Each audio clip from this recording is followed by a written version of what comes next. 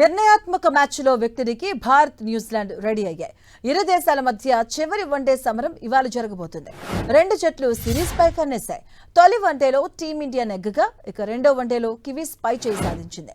భారత్ గడ్డపై మొదటిసారి one day series ను సొంతం చేసుకోవాలన్న ఆశతో ఉంది కివీస్. 4 ఐసీసీ టోర్నీలో సహా వన్డే క్రికెట్ ఆడేందుకు 16 సార్లు భారత్ కు వచ్చిన ఆ జట్టు ఒక్కసారి కూడా విజేతగా నిలవలేకపోయింది. 3 సార్లు మాత్రమే సిరీస్ ను నిర్ణయాత్మక పోరుకు తీసుకెళ్లగలిగింది. ఈసారి ఎలా ఆడుతుంది అన్నది ఆసక్తికరం.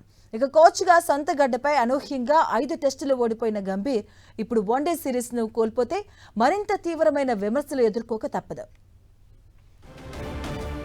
రాజ్కోట్లో డెరెల్ మిచెల్ అసాధారణ ఇన్నింగ్స్ భారత పరాజయానికి ప్రధాన కారణమైంది. నియంత్రణతో కూడిన దూకుడుతో అతడు అర్ధశతకం సాధించాడు. అలాగే ముఖ్యంగా స్పిన్ బౌలింగ్ లో అతడు ఆధిపత్యాన్ని ప్రదర్శించాడు. నిర్ణయాత్మక పోరులో పైచేయి సాధించాలంటే ఈ విభాగంలో టీమిండియా మెరుగుపడడం అవసరం. గత 2 మ్యాచ్ల్లో స్పిన్నర్లు జడేజా, కుల్దీప్ యాదవ్ తీవ్రంగా నిరాశపరిచారు. జడేజా 2 మ్యాచ్ల్లో ఒక్క వికెట్ పడగొట్టలేకపోయాడు. రాజ్కోట్లో కుల్దీప్ ఏకంగా 82 పరుగులిచ్చాడు. రాజ్కోట్లో మిచెల్ కు బౌలింగ్ చేయడానికి కుల్దీప్ వచ్చేటప్పటికీ మ్యాచ్ సమతూకంగానే ఉంది. కానీ కుల్దీప్ పై దాడికి దిగిన మిచెల్ కివీస్ ను పై చేయిలో నిలిపాడు.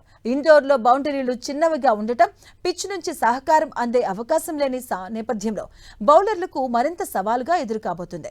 ఇక బ్యాటింగ్ లో రోహిత్ జోరందుకోవాల్సి ఉంది. ఇక మరో సీనియర్ స్టార్ కోహ్లీ గత మ్యాచ్లోనూ త్వరగానే అవుట్ అయినా మంచి ఫామ్ లోనే ఉన్నాడు. కేఎల్ రాహుల్ ఫామ్ జట్టుకు సంతోషాన్నిస్తుంది. ఇక గత మ్యాచ్లో అతడు అజేయ శతకం బాదాడు. స్పిన్నర్లను ఎదుర్కోవడంలో భారత బ్యాటర్స్ మెరుగుపడాల్సి ఉంది. ఇక న్యూజిలాండ్ జట్టులో 8 మంది ఆటగాళ్లు తొలిసారి భారత పర్యటనకు వచ్చారు.